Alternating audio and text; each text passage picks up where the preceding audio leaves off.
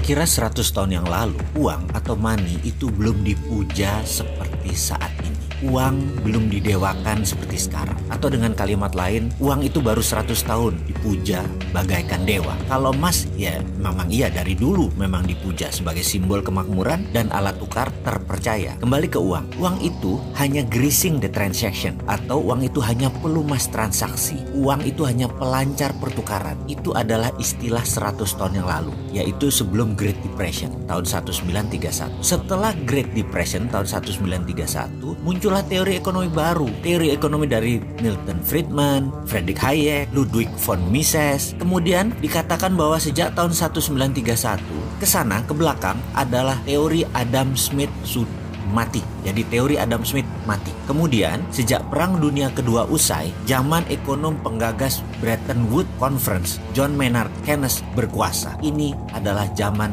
Keynesian. Dalam zaman Keynesian, kata inflasi dan central bank adalah kuncinya. Uang menjadi harta sejajar emas. Walau faktanya pada kertas tertulis angka 50.000 dan lembaran 100.000, nilai kertasnya sama, nilai intrinsiknya sama, tapi kok beda ya untuk ditransaksikannya. Itulah arti uang sekarang. Memiliki uang menjadi Tuhan tersendiri. Uang menjadi dipuja, uang bahkan disembah. Namun ada fakta baru. Di tahun 2008 ketika subprime mortgage terjadi, hancurlah bank, hancurlah raja uang, mitranya Federal Reserve. Maka dengan lantang kita seharusnya berani mengatakan Keynesian is dead, atau Keynesian sudah mati. Teori Keynesian usang.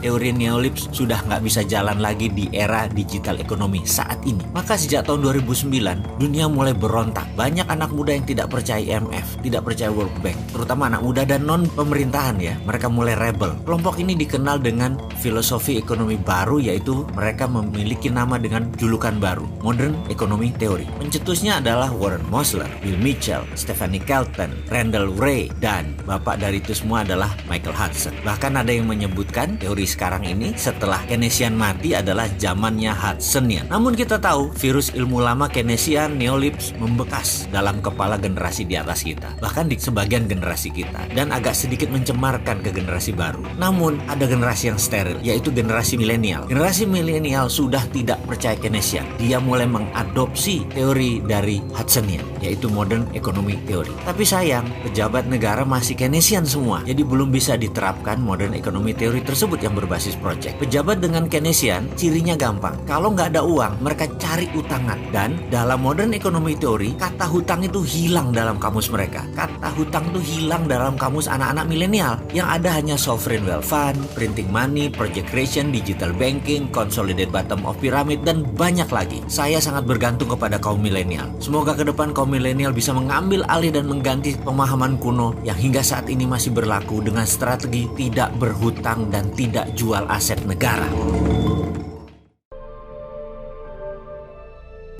Ada apa di tahun 2024? Kita nggak perlu selebgram yang terkenal, yang mahal, atau selebriti yang mahal. Naga Surya itu 1 mega 1 hektar. Tapi kita tuh elektrifikasi baru 1000 kilowatt hour per orang. Tahun 2024 itu yang saya sebut digital political. Jago itu. Dan akan ini terus berdatangan ya. Energi tenaga nuklir tanpa radiasi. Jutaan UKM mulai dilirik dunia dengan digitalisasi.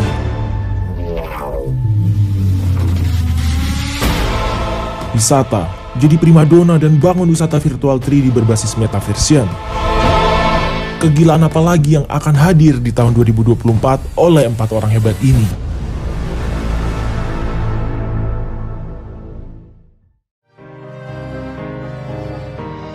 Sebagai wong deso, anak kampung yang dibesarkan tradisi beragama NU, maka beda pendapat dengan kiai atau ustadz itu biasa. Debat saling ledek, garger-garger, celetukan segar itu biasa. Pak de saya, mbah saya almarhum, dulu hanya kiai kampung yang sering diundang ceramah kecil-kecilan, sering menjadi lawan tanding keisengan saya sejak kecil hingga remaja. Dididik boleh mengkritik selama ada solusi atau ada dalil yang dipelajari dari buku-buku referensi yang kita punya tafsir berbeda, bebas didiskusikan. Dan no hard feeling feeling, nggak ada yang tersinggung. Dan nggak ada juga rasa saya merasa lebih tua, saya merasa berilmu, ditantang anak kecil, kurang ajar, dan lain sebagainya. Nggak ada masalah. Bahkan ada klaim seorang Habib yang mengaku turunan Nabi, sahabat Pak D saya. Zaman saya kecil di tahun 70-an, saya berani tanya tuh, ngitungnya piye kamu turunan Nabi? Itu pun bebas-bebas aja dan hanya menjadi pencair suasana. Makanya buku-buku Ibnu Battuta, Ibnu Arabi, Ihya Ulumuddinnya Imam Ghazali yang bergeletakan di rumah sejak remaja jadi makanan saya dan jadi bahan diskusi dengan lampu sentir ba'da Isya hampir setiap malam.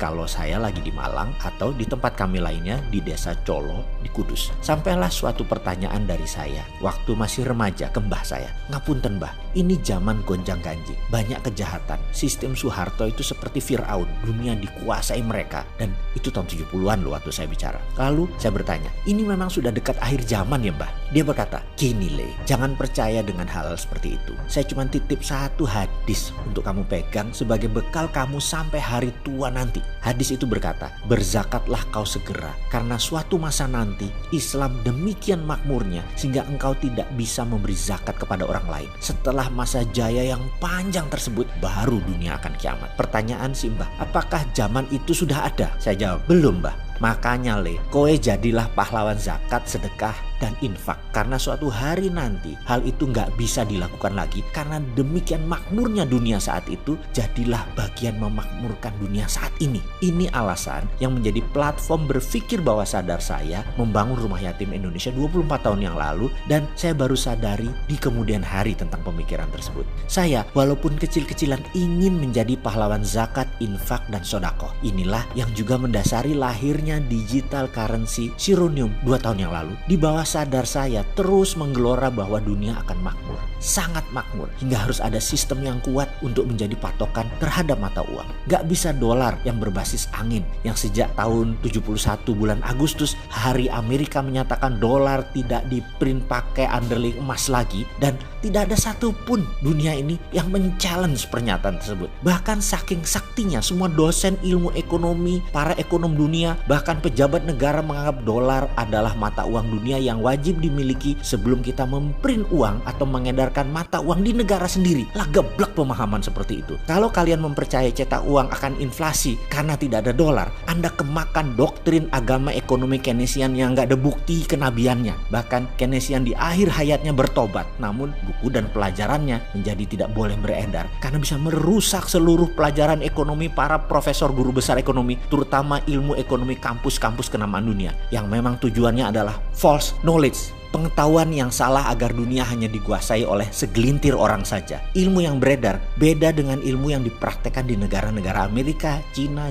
Jerman zaman Hitler, Jepang setelah Perang Dunia Kedua. Saya katakan, negara beda dengan pemerintahan. Pemerintahan bisa ganti orang, ganti partai, tapi platform bernegara harus tetap. Kembali lagi, 4 negara itulah patokannya ilmu MMT, bukan ilmu sekolahan di kampus. Jadi dengan sedikit emas di tabungan saya menerbitkan Sironium. Kembali kita ke topik semula. Beda dengan Bitcoin yang pakai hanya algoritma. Kita ada underlay-nya. Namun ternyata BI mengeluarkan aturan di Indonesia tidak boleh ada mata uang lain selain rupiah. Maka Sironium dinyatakan bukan uang dan tidak berlaku. Saya pun bertanya kepada pejabat kala itu, kenapa Bitcoin boleh beredar dan 1 tahun transaksinya hampir 1 triliun lagi di Indonesia? Mending Sironium boleh dimainkan juga supaya uangnya tidak lari ke negara orang. Apa jawabnya? Bitcoin bukan mata uang Indonesia, dia punya asing. Sebenarnya tidak boleh, tapi dunia kan sudah digital, kami bisa apa? Mereka masuk juga. Otak saya bingung jadinya dengan jawaban seperti itu. Lalu saya tanya, kalau saya buat perusahaan di Malta, Italia, lalu saya akuisisi PT Sironium Indonesia sehingga Sironium menjadi global company dan produknya menjadi global produk, bisakah beredar di Indonesia? Yang dijawab,